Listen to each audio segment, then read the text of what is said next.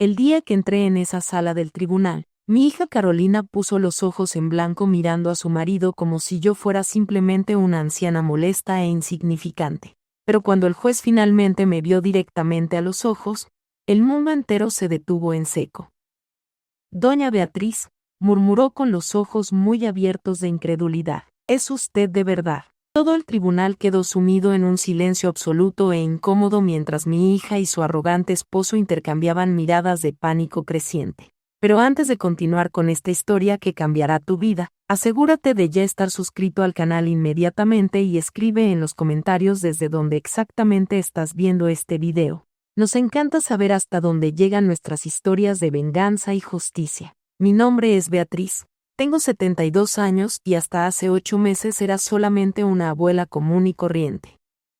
Todas las mañanas me despertaba puntualmente a las 5:30 de la madrugada, preparaba mi café aromático en una taza antigua que mi difunto esposo Miguel me había regalado en nuestro 30º aniversario de bodas, y regaba mis orquídeas con cuidado mientras veía el sol salir lentamente por la ventana amplia de la cocina. Era una vida simple, predecible y rutinaria, pero llena de pequeñas alegrías que me mantenían profundamente conectada a los recuerdos preciosos del pasado. Por casi 52 años completos fui la madre que sacrificó absolutamente todo por mi única hija, Carolina. Trabajé como empleada de limpieza durante el día, costurera por las noches y los fines de semana vendía antojitos caseros en el mercado local bullicioso. Todo ese esfuerzo era para que Carolina pudiera estudiar en las mejores escuelas privadas y tener la vida privilegiada que yo nunca tuve la oportunidad de experimentar. Cuando ella se casó con Martín, un hombre con ojos fríos y calculadores y una sonrisa que nunca llegaba genuinamente a sus ojos, me tragué toda mi incomodidad y los recibía todos los domingos para el almuerzo familiar con mis mejores platillos caseros y una sonrisa que escondía cuidadosamente mis preocupaciones crecientes. Después de la muerte repentina de mi esposo hace 3 años, esperaba ingenuamente que Carolina y yo nos acercáramos emocionalmente. Cuán equivocada estaba. En lugar de encontrar consuelo mutuo una en la otra, ella empezó a verme como una carga pesada. Sus visitas se volvieron mecánicas y frías, sus llamadas telefónicas cada vez más raras. La forma en que ella miraba la casa donde la crié con tanto amor, la casa donde dio sus primeros pasos, donde celebramos todos sus logros académicos, cambió completamente y drásticamente. Ya no era un hogar lleno de recuerdos valiosos, sino un activo a ser adquirido estratégicamente. La mayor decepción de toda mi vida sucedió un martes lluvioso de octubre. Yo había preparado cuidadosamente bacalao con papas, la receta que a Carolina le encantaba en su infancia. Puse el mantel bordado a mano que hice cuando ella entró a la universidad y hasta compré un arreglo de flores frescas para la ocasión especial. Cuando ellos llegaron, Martín entró sin tocar, como si ya fuera el dueño absoluto de la casa. Se tiró en el sillón que había pertenecido a mi querido Miguel y encendió el televisor sin siquiera saludarme cortésmente. Carolina traía una carpeta de documentos y esa mirada distante que había desarrollado en los últimos años. Una mirada que pertenecía a una extraña, no a la niña que un día me tomaba la mano con tanta confianza. Mamá, necesitamos hablar urgentemente, dijo con una voz fría que me estremeció hasta los huesos. Se sentó en el borde del sofá como si no quisiera quedarse ahí por mucho tiempo. Martín y yo decidimos que esta casa es demasiado grande para usted. Ya no puede mantenerla sola a su edad. Sentí que mi corazón se apretaba dolorosamente mientras ella continuaba sin emoción. Encontramos un gran residencial para personas de su edad. Tendrá compañía, actividades recreativas, asistencia médica las 24 horas. Pero Carolina, esta es nuestra casa, respondí con la voz completamente fallando. Aquí está todo lo que construimos juntas, todos nuestros recuerdos más preciados. Martín interrumpió sin quitar los ojos del televisor. Los recuerdos están en la cabeza, doña Beatriz, no en las paredes viejas. A usted le gustará el residencial moderno. Es moderno, tiene jardín. Lo que él no dijo, pero sus ojos calculadores revelaban claramente era que ellos querían desesperadamente mi casa. La casa que Miguel y yo construimos con tanto sacrificio a lo largo de décadas de trabajo duro, la casa donde guardábamos no solo recuerdos, sino también una parte de nuestras almas. Carolina puso la carpeta sobre la mesa con determinación. Ya nos encargamos de toda la documentación. Solo tiene que firmar aquí. Su voz era mecánica, como si estuviera hablando sobre un contrato cualquiera, no sobre arrancar a su propia madre del único lugar que me quedaba en el mundo. Cuando me rehusé firmemente a firmar, el clima cambió rápidamente. Martín apagó el televisor y me encaró con una frialdad que nunca había demostrado tan abiertamente. Doña Beatriz, dijo acomodándose la corbata cara que usaba, usted necesita ser razonable. No puede seguir viviendo sola. La semana pasada olvidó la estufa encendida. Es peligroso. Aquello era una mentira descarada. Yo nunca había olvidado la estufa encendida en toda mi vida, pero me di cuenta en ese momento de que ellos estaban dispuestos a inventar cualquier cosa para conseguir lo que querían. En los días que siguieron intensificaron la presión constantemente. Traían agentes inmobiliarios sin avisarme previamente, personas extrañas que medían mis cuartos y hablaban sobre potencial de remodelación como si yo no estuviera presente. Carolina empezó a empacar mis cosas sin permiso, decidiendo por su cuenta lo que yo necesitaba llevar y lo que podría ser desechado o vendido sin piedad. Este vestido es tan viejo, mamá, decía, sosteniendo el vestido azul que usé en el funeral de mi esposo. No lo va a necesitar en el residencial. Cada objeto que ella desechaba era como si me arrancaran un pedazo de mi historia. Fotografías antiguas, cartas de amor que Miguel me había escrito, los libros que leíamos juntos en las noches de invierno. Todo eso para Carolina y Martín era solo estorbo ocupando espacio en la casa que ellos ya consideraban suya. La gota que derramó el vaso fue cuando Carolina encontró mi joyero precioso.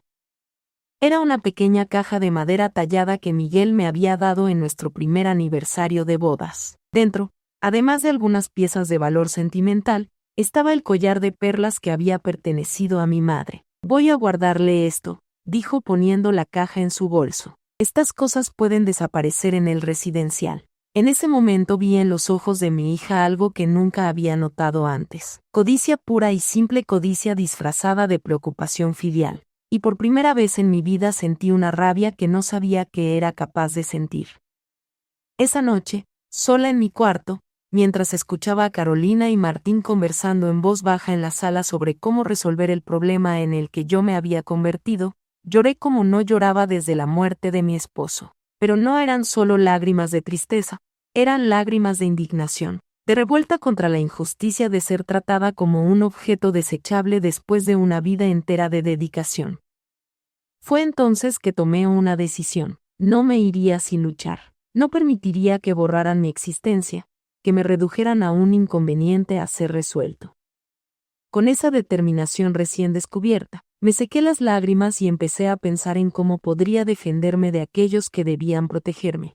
Lo que no sabía era que en poco tiempo descubriría un secreto que cambiaría completamente el equilibrio de poder en esa casa. Un secreto que mi querido Miguel había guardado para protegerme justamente de un momento como este. A la mañana siguiente, Carolina llegó temprano con más cajas y una determinación renovada. Hoy vamos a organizar la oficina de papá, anunció ella, dirigiéndose directamente al cuarto que yo mantenía intacto desde que Miguel partió hace 3 años. No, respondí con una firmeza que la sorprendió.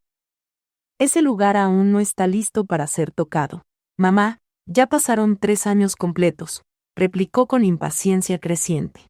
No podemos mantener un santuario para siempre. La casa necesita ser preparada para la venta. Me di cuenta en ese momento de que no importaba lo que yo dijera, ellos ya habían decidido mi futuro. La casa sería vendida con o sin mi consentimiento. Encontrarían una forma de declararme incapaz mentalmente si yo no cooperaba. Cuando Carolina salió a buscar más cajas en el auto, entré en la oficina y cerré la puerta con llave. Aquel era el último refugio de los recuerdos de mi esposo, el lugar donde su olor aún flotaba en el aire, donde sus cosas permanecían exactamente como él las había dejado. Pasé los dedos por los libros en el estante, por los papeles organizados meticulosamente en carpetas, por el portarretratos con nuestra foto de bodas. Fue entonces que noté algo a lo que nunca había prestado atención antes. En el último estante de la librería, escondida detrás de una hilera de enciclopedias antiguas, había una pequeña caja fuerte empotrada en la pared. En 49 años de matrimonio, nunca supe de su existencia. Mis manos temblaban mientras yo intentaba imaginar la combinación. probé nuestra fecha de matrimonio, el cumpleaños de Miguel, el nacimiento de Carolina, nada funcionó.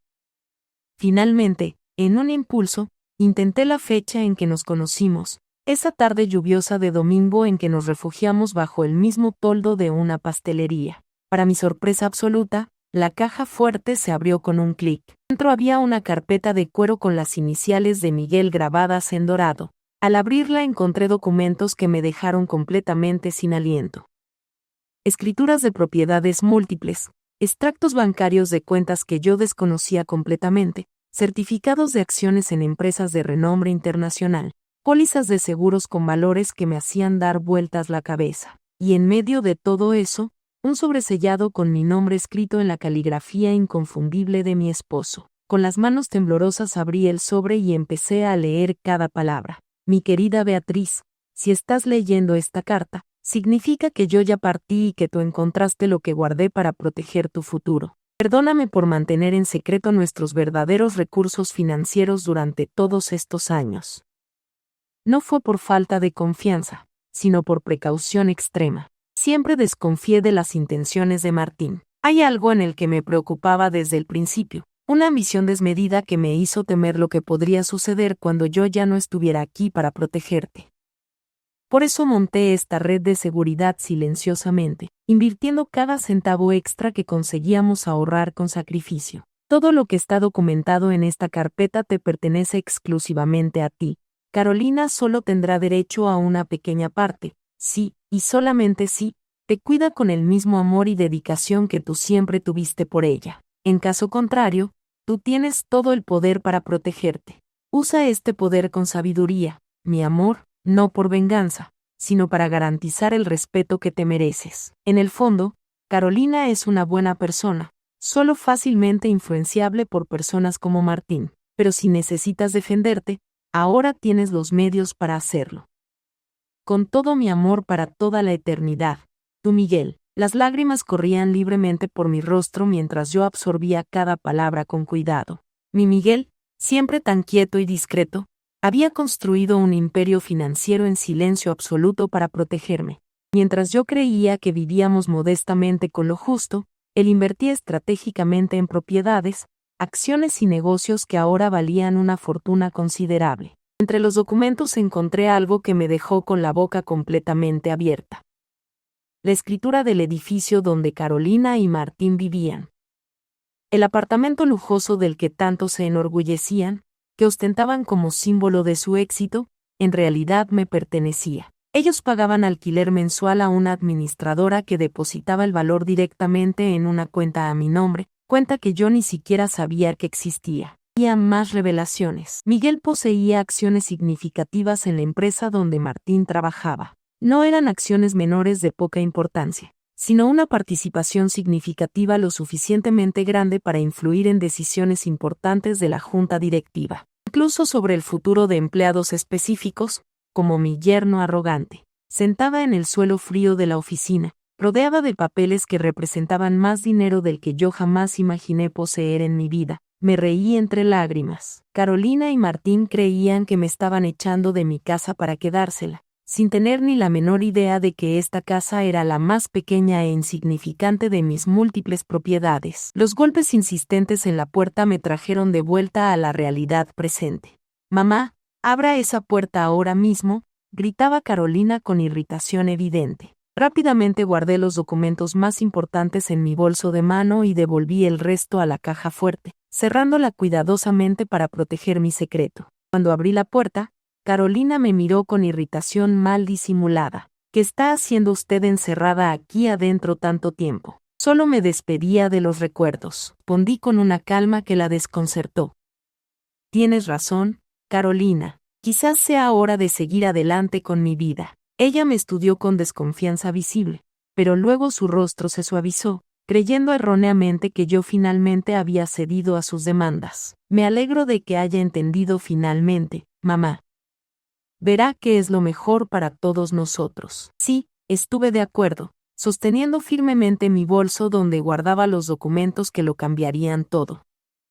«Estoy segura de que cada uno tendrá exactamente lo que se merece». Esa noche, mientras Carolina y Martín celebraban su aparente victoria con una botella de vino caro en la sala, yo hice una llamada crucial a un número que encontré entre los contactos de Miguel. Doctora Elena Morales, abogada especializada. Doctora Elena, mi nombre es Beatriz Sánchez, viuda de Miguel Sánchez. Necesito urgentemente su ayuda con algunos asuntos relacionados con mi herencia. Cuando colgué el teléfono, miré fijamente la fotografía de Miguel en la mesita de noche y sonreí con satisfacción. Siempre lo supiste, no, mi viejo querido. Siempre supiste que este día terrible llegaría. Por primera vez en meses dormí profundamente, no con la resignación de quien fue derrotada, sino con la tranquilidad absoluta de quien finalmente encontró su fuerza interior. La doctora Elena Morales era exactamente como Miguel la describió en sus notas detalladas. Una mujer de mediana edad con ojos perspicaces que no dejaban escapar ningún detalle importante. Cuando entré en su oficina moderna 3 días después, ella ya había analizado cuidadosamente copias de los documentos que le envié por correo electrónico y montado una estrategia preliminar inteligente. Doña Beatriz, dijo después de ofrecerme un café aromático, su esposo fue extremadamente meticuloso y cuidadoso. Todos los documentos están en orden perfecto. Las inversiones fueron hechas de forma completamente legal y el testamento es absolutamente incontestable. Usted es, sin duda alguna, una mujer muy rica. Esas palabras sonaban extrañas para mí, que siempre viví contando centavos para llegar a fin de mes. Pero la abogada continuó profesionalmente, mostrándome un informe detallado de todos mis activos impresionantes. Lo más interesante, observó con una sonrisa, es que su esposo estructuró todo de forma que su hija y yerno no puedan impugnar legalmente. La cláusula de comportamiento en el testamento es particularmente ingeniosa. Ellos solo tendrían derecho a una parte significativa de los bienes si la cuidaran a usted con amor genuino y respeto verdadero. Considerando lo que usted me contó sobre los intentos de ellos de removerla de su propia casa, podemos argumentar con facilidad que esa cláusula fue violada completamente. ¿Qué debo hacer ahora exactamente?, pregunté aún intentando absorber la magnitud de la situación. Elena se inclinó hacia adelante con un brillo determinado en los ojos. Primero, no firme absolutamente nada que ellos le pongan delante. Segundo, necesito que usted mantenga la apariencia de que aún no descubrió nada importante. Cuanto más expongan, mejor para nuestro caso legal. Y en cuanto a la casa, déjelos pensar que vencieron por ahora.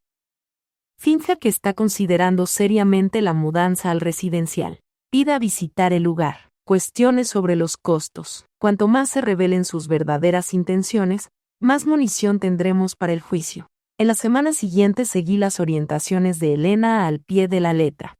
Permití que Carolina y Martín continuaran con sus planes, fingiendo resignación total, mientras secretamente documentaba cada conversación, cada amenaza velada, cada intento de menospreciarme o de hacerme parecer mentalmente incapaz. Martín llegó a traer un médico amigo para evaluar mi condición mental, un hombre que apenas me examinó antes de sugerir que yo podría estar desarrollando demencia senil. Grabé toda la consulta fraudulenta en mi celular siguiendo las instrucciones precisas de Elena. Carolina, por su parte, intensificó sus esfuerzos para vaciar la casa. Cajas y más cajas de mis recuerdos eran empacadas, etiquetadas y enviadas para donación o simplemente desechadas como basura. Dolía profundamente ver mis recuerdos siendo tratados con tanto desprecio, pero me mantuve firme, sabiendo que cada acto de ellos solo fortalecía mi caso legal. Una tarde, mientras Carolina catalogaba mis pertenencias en la sala, dejé escapar una información como quien no quiere nada. ¿Sabes, Carolina? Estaba pensando en darte mi collar de perlas antes de ir al residencial.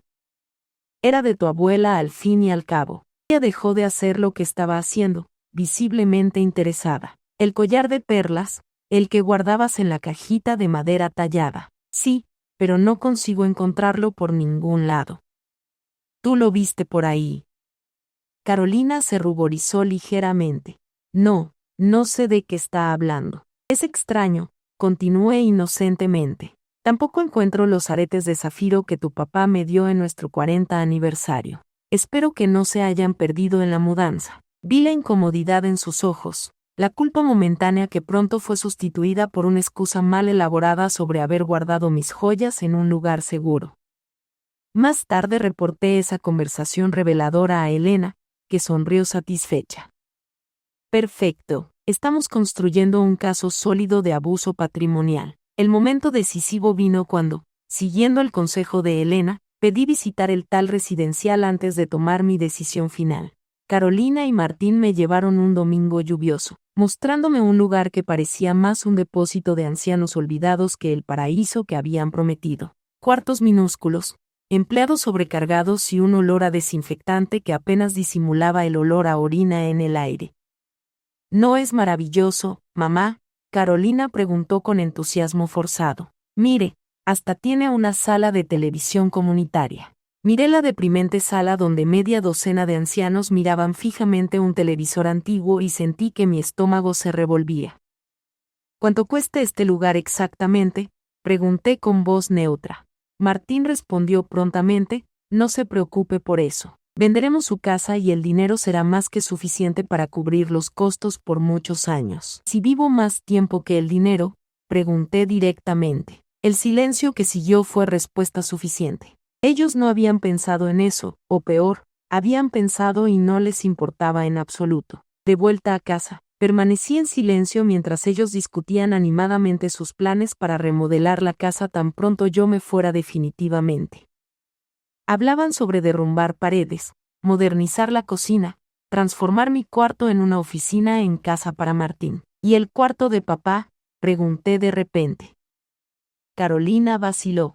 Estábamos pensando en transformarlo en un cuarto de huéspedes o quizás un closet más grande para mis cosas. Entiendo perfectamente, respondí mirando por la ventana del auto para esconder el dolor profundo en mis ojos. Esa noche llamé a Elena y le dije con determinación, estoy lista. Vamos a seguir con el plan completo. 2 días después, Carolina y Martín aparecieron con los papeles finales para la transferencia de la casa y mi internamiento en el residencial. Un hombre de traje los acompañaba, el abogado de ellos, que después descubrí que era solo un amigo de Martín que trabajaba como consultor inmobiliario.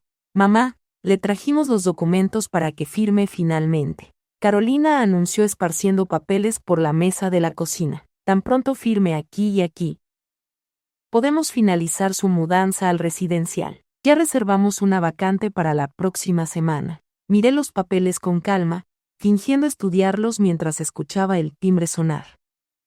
¿Quién puede ser?, preguntó Martín irritado con la interrupción. Debe ser mi amiga Mercedes, respondí inocentemente. Le pedí que viniera a ayudarme con algunas cosas. Cuando Martín abrió la puerta, no fue Mercedes quien entró, sino Elena Morales, acompañada por un oficial de justicia y un asistente social. Buenas tardes, dijo con una sonrisa profesional. Soy la doctora Elena Morales, abogada de la señora Beatriz Sánchez. Venimos para una visita oficial relacionada con una denuncia de intento de estafa y abuso contra un anciano.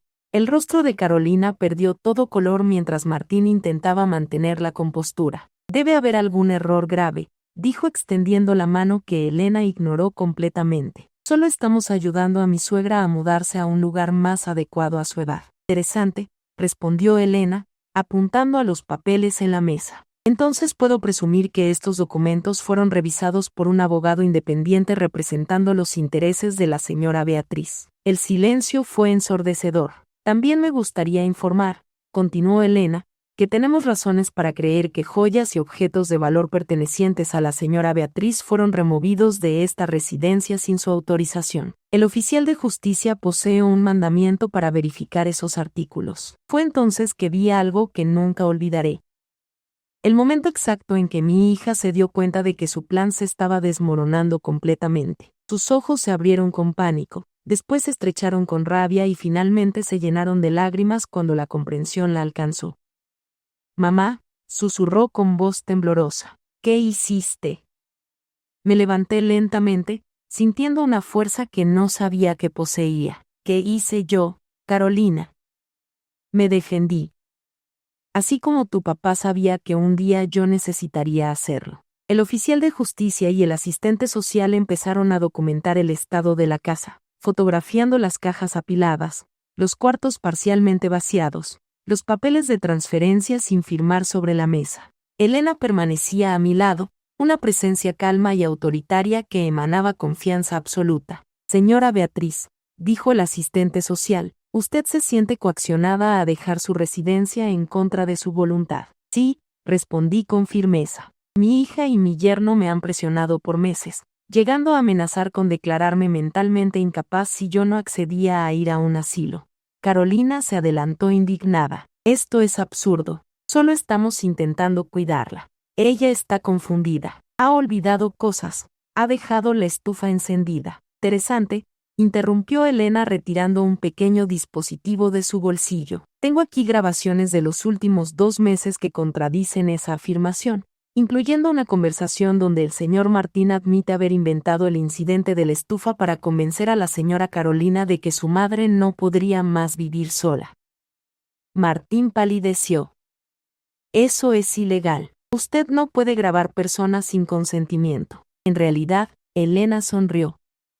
La señora Beatriz grabó conversaciones en su propia casa, donde ella tiene todo el derecho de proteger sus intereses. Además, tenemos informes médicos recientes atestando su plena capacidad mental, realizados por profesionales independientes, no por amigos médicos traídos por el señor. El asistente social hizo anotaciones en su tabla mientras el oficial de justicia continuaba su trabajo metódico. Carolina se desplomó en una silla llorando abiertamente. Ahora, mamá, ¿por qué está haciendo esto con nosotros? Somos su familia. Familia. Repetí sintiendo una mezcla de tristeza e indignación. Fue como familia que empacaste mis recuerdos como si fueran basura. Fue como familia que tomaste las joyas de tu abuela sin permiso. Fue como familia que tú y Martín planearon abandonarme en un asilo de 5ª categoría para quedarse con mi casa. No es así exactamente, sollozó. Martín me convenció de que era lo mejor para usted. Él dijo que usted estaba perdiendo la memoria, que era peligroso que usted viviera sola. Y tú le creíste a él en vez de confiar en tu propia madre. Pregunté sintiendo que mi corazón se rompía de nuevo. Martín, dándose cuenta de que la situación estaba fuera de control, intentó recuperar la autoridad. Esto es un malentendido que podemos resolver en familia. No necesitamos abogados u oficiales de justicia. Doña Beatriz, siempre quisimos lo mejor para usted. Lo mejor, Elena intervino, como los intentos de transferir la propiedad de la casa al nombre de la señora Carolina, antes incluso de la mudanza de la señora Beatriz al residencial, o los retiros no autorizados de la cuenta bancaria de la señora Beatriz en los últimos meses. Los ojos de Carolina se abrieron. No sé de qué está hablando mamá. Juro que no tomé su dinero. No, tú no lo tomaste directamente. Respondí con calma. Pero Martín, sí.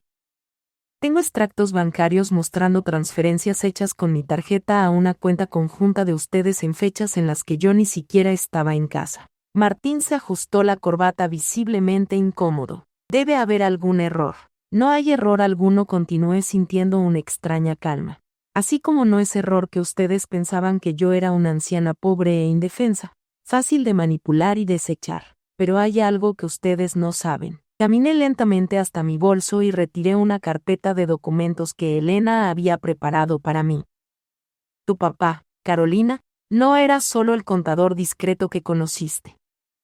Él construyó silenciosamente un imperio financiero a lo largo de los años y me lo dejó todo a mí. Puse sobre la mesa escrituras de propiedades, certificados de acciones, extractos bancarios con valores que hacían que los ojos de Martín se abrieran con incredulidad y codicia. Este edificio en la avenida central, señalé una de las escrituras. Es mío, así como el terreno en la costa que ustedes visitaron el verano pasado, creyendo que pertenecía a su jefe, Martín. Carolina tomó los papeles con manos temblorosas. No puede ser verdad. Es verdad, confirmó Elena. Y hay más. El apartamento donde ustedes viven también le pertenece a la señora Beatriz. Ustedes pagan alquiler a una administradora que deposita el valor directamente en una cuenta a nombre de ella. Martín se tambaleó como si hubiera recibido un puñetazo. Esto es imposible. ¿Y esas acciones de la empresa donde usted trabaja, Martín? Las que fueron compradas por un inversionista anónimo hace 5 años y que garantizaron su ascenso. también son mías. El silencio que siguió fue absoluto. Martín parecía haber envejecido 10 años en 10 minutos. Carolina me miraba como si estuviera viendo un fantasma. ¿Por qué papá nunca nos lo contó? Ella finalmente preguntó, su voz casi inaudible. Porque él no confiaba en las intenciones de Martín y por lo visto estaba en lo correcto al ser precavido. Martín intentó una última maniobra desesperada. Doña Beatriz, podemos resolver esto. Obviamente hubo un malentendido. No sabíamos de estos recursos. Solo estábamos preocupados por su seguridad. Si usted tiene tantos medios, podemos encontrar un lugar mejor, más lujoso. No estoy interesada en ningún lugar mejor, respondí firmemente. Esta es mi casa y aquí me voy a quedar. Y en cuanto a nuestro apartamento, Carolina preguntó con lágrimas corriendo por su rostro. ¿Nos va a desalojar? Eso depende, respondí sintiendo una mezcla de dolor y determinación. ¿De cuánto ustedes están dispuestos a aprender sobre respeto, dignidad y amor verdadero? Elena entonces tomó la palabra. Mientras tanto, tengo aquí una orden judicial temporal, impidiendo que cualquiera de ustedes remueva más artículos de esta casa o intente transferir su propiedad. También solicitamos la devolución inmediata de todos los bienes ya removidos, especialmente las joyas de familia y documentos personales. Carolina se derrumbó en sollozos mientras Martín permanecía paralizado como si intentara procesar toda la información que acababa de recibir. El oficial de justicia continuaba su trabajo fotografiando metódicamente cada cuarto, cada documento, cada prueba de lo que había sucedido en esa casa. Yo sugiero, dijo Elena con voz firme, que ustedes dos salgan ahora y piensen muy bien sobre sus próximos pasos. Estamos preparados para llevar este caso adelante con todas sus consecuencias legales, a menos que lleguemos a un acuerdo que respete integralmente los derechos y deseos de la señora Beatriz. Martín finalmente recuperó la voz, pero ya no era el hombre arrogante que yo conocía. Había miedo en sus ojos. ¿Cuánto? ¿Cuánto vale todo esto?, preguntó haciendo un gesto en dirección a los documentos. Elena sonrió fríamente. Mucho más de lo que usted jamás podría pagar en una vida entera de trabajo, señor Martín. Ahora sugiero que ustedes se retiren. Cuando la puerta se cerró detrás de ellos, sentí que mis piernas flaqueaban. Elena me sostuvo hasta el sofá donde me desplomé exhausta emocionalmente. Usted fue muy valiente, dijo sentándose a mi lado. No todos tendrían la fuerza para enfrentar a la propia familia de esa manera. No sé si fue coraje o desesperación, confesé observando al asistente social aún haciendo anotaciones. Nunca quise llegar a este punto. Desafortunadamente, muchas veces son los que más amamos los que más nos lastiman. Elena respondió. Pero ahora usted está en control. ¿Qué desea hacer a seguir?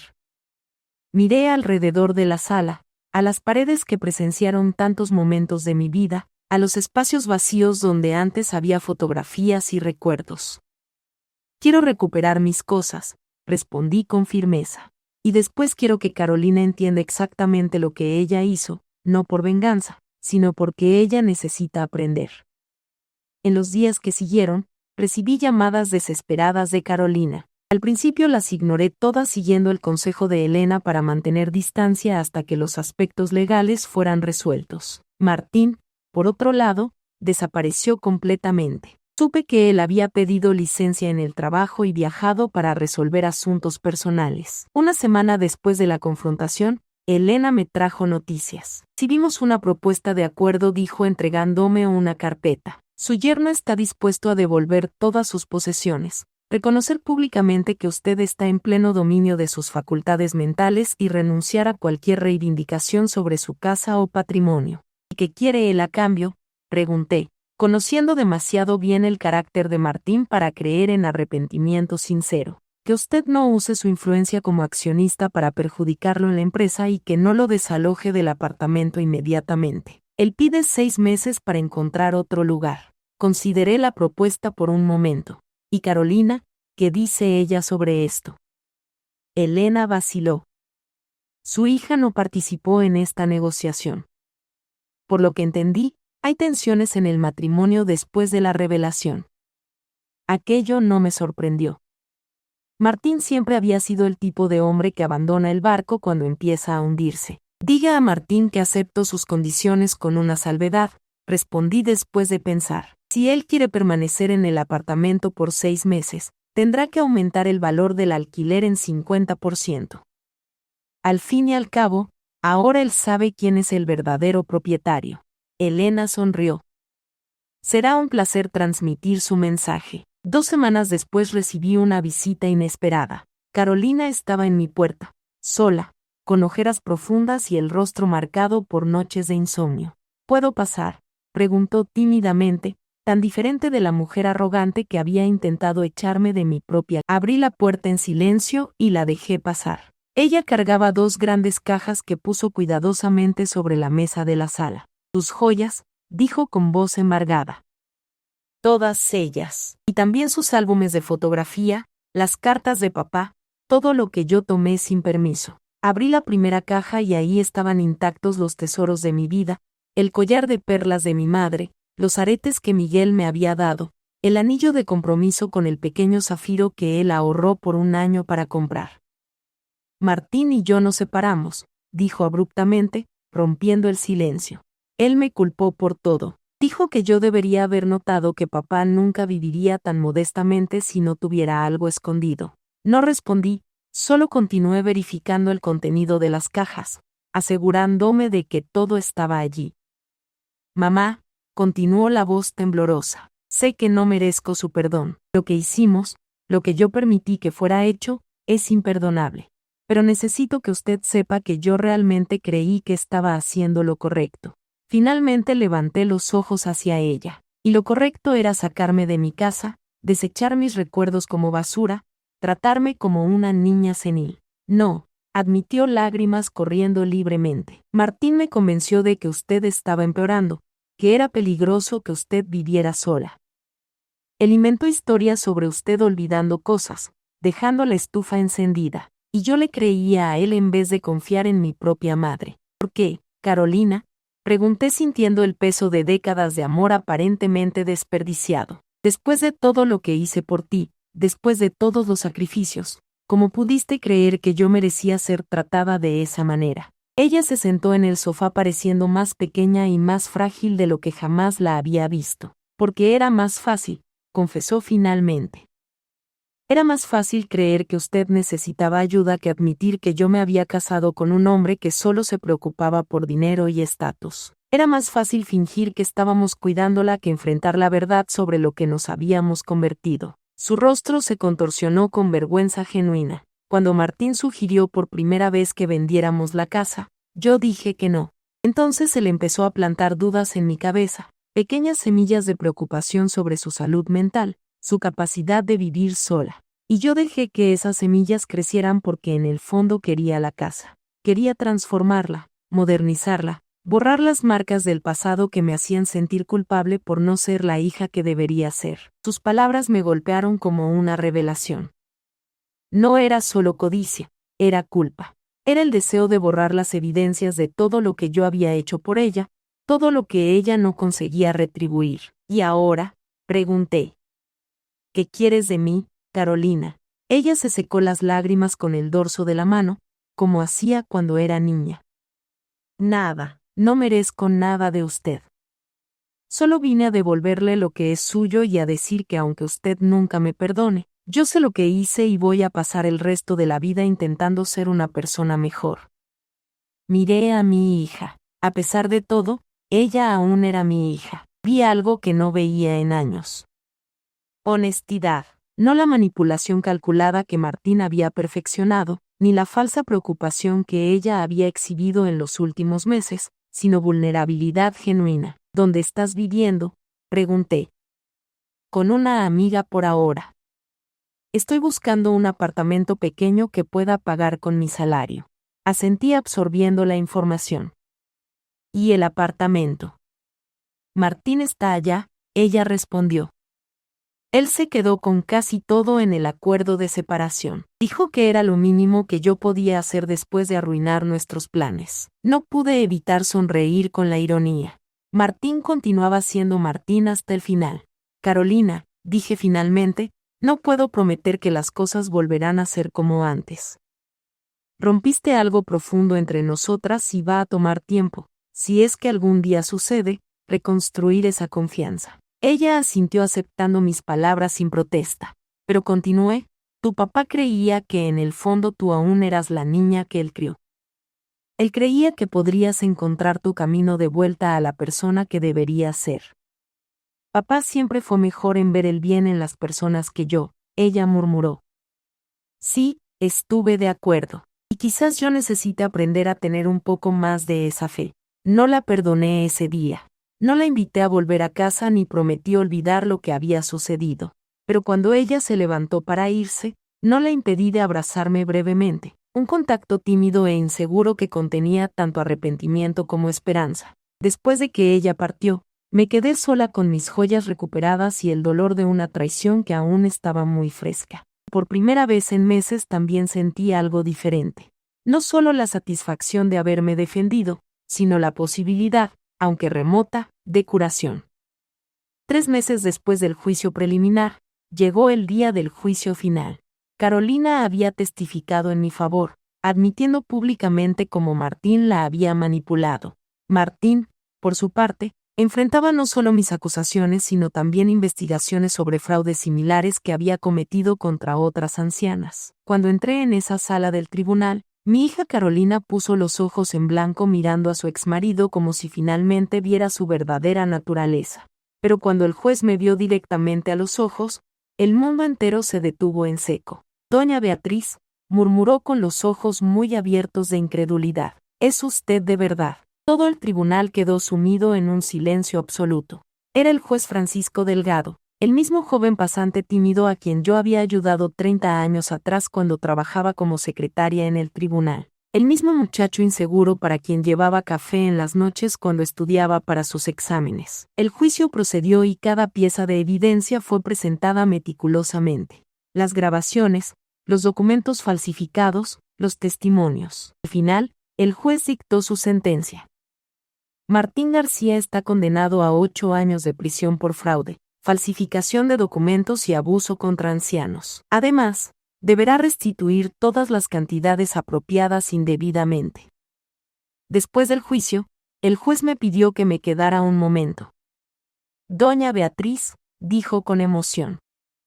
Nunca olvidé su bondad. Usted me ayudó cuando nadie más creía en mí. Gracias a usted, pude terminar mis estudios. Sonreí. Solo hice lo que cualquier persona decente haría. Con parte de mi fortuna, creé la Fundación Miguel Sánchez para proteger a ancianos víctimas de abuso familiar.